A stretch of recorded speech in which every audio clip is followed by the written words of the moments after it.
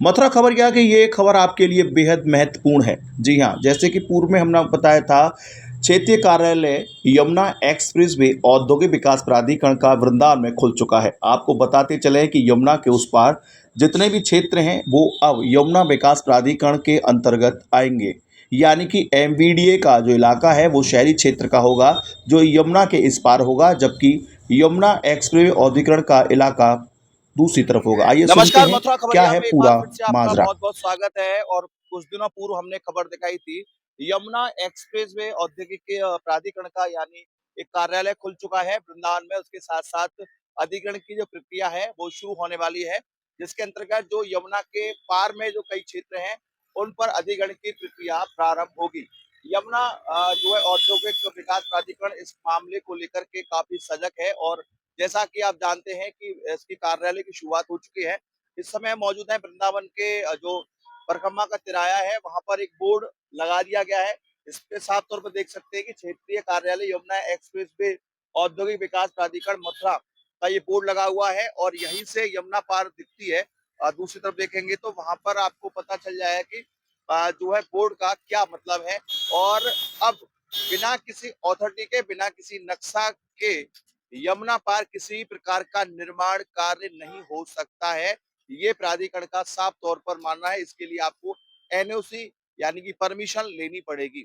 इसके साथ ही आपको बताते चले कि जहांगीरपुर खादर का नक्शा तैयार किया जा रहा है। इसके साथ-साथ अरुआ खादर, भीम खादर की भी प्रक्रिया चल रही है अधिग्रहण करने की, जिसको लेकर के मुआवजा दिया जाएगा। वहीं इन गाँव की जो मुख्य गाँव है,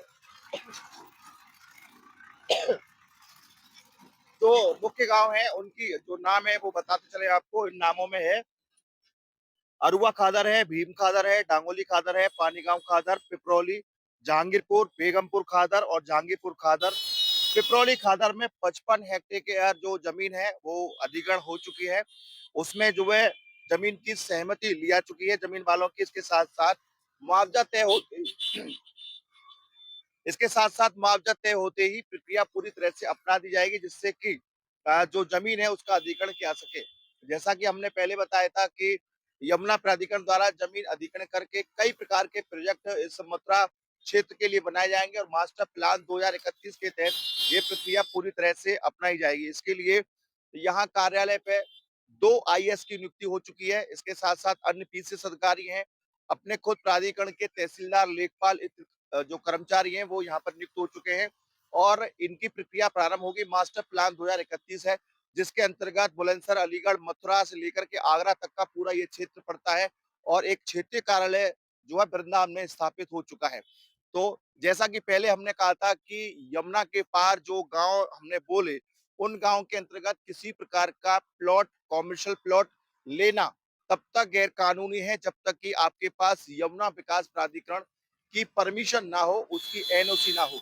यदि ऐसे में आप कोई प्लॉट या वगैरह प्राधिकरण या की बिना अनुमति के लेते हैं या फिर कॉमर्शियल एक्टिविटीज बिना अनुमति के करते हैं, तो आपके लिए भविष्य के लिए, जमा पूंजी के लिए खतरा हो सकता है। इसके साथ ही पूर्व में जिन लोगों के विरुद्ध पानीगांव क्षेत्र में कार्रवाई की गई थी, हमने आपको बताया कि प्राधिकरण द्वारा कई लोगों को नोटिस लगातार दिया चुके हैं।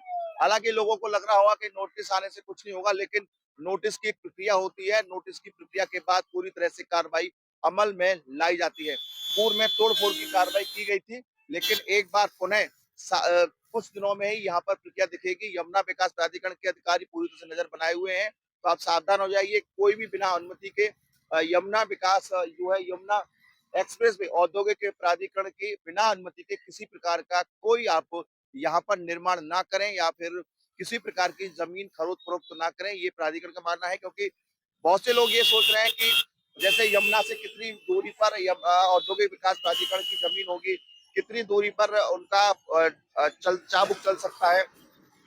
तो आपको ये बता दें कि जिन-जिन गाँव की भूमि ली जाती है, लगभग आगरा तक 1300 गाँव अधिग्रहण करने की जो है प्रक्रिया है 2041 तक। जिन-जिन गाँव की भूमि ली जाएगी यानी जिस गाँव का नाम आ गया, तो उस गाँव के आसपास की पूरी भूमि प्राधिकरण के नक्शे के अंतर्गत मानी जाएगी। प्राधिकरण अपनी योजना को क्रियान्वयन करेगा, उसके लिए किसानों से जमीन अध्ययन करेगा और मुआवजे की प्रक्रिया को अपनाएगा। कुल मिलाकर के कि आप यहाँ इन क्षेत्रों में किसी प्रकार का कॉमर्शियल या प्लॉट या मकान भवन का निर्माण नहीं कर सकते। अपने साथी ठाकुर भगवान सिंह के साथ मथुरा खबरिया के लिए रवि यादव।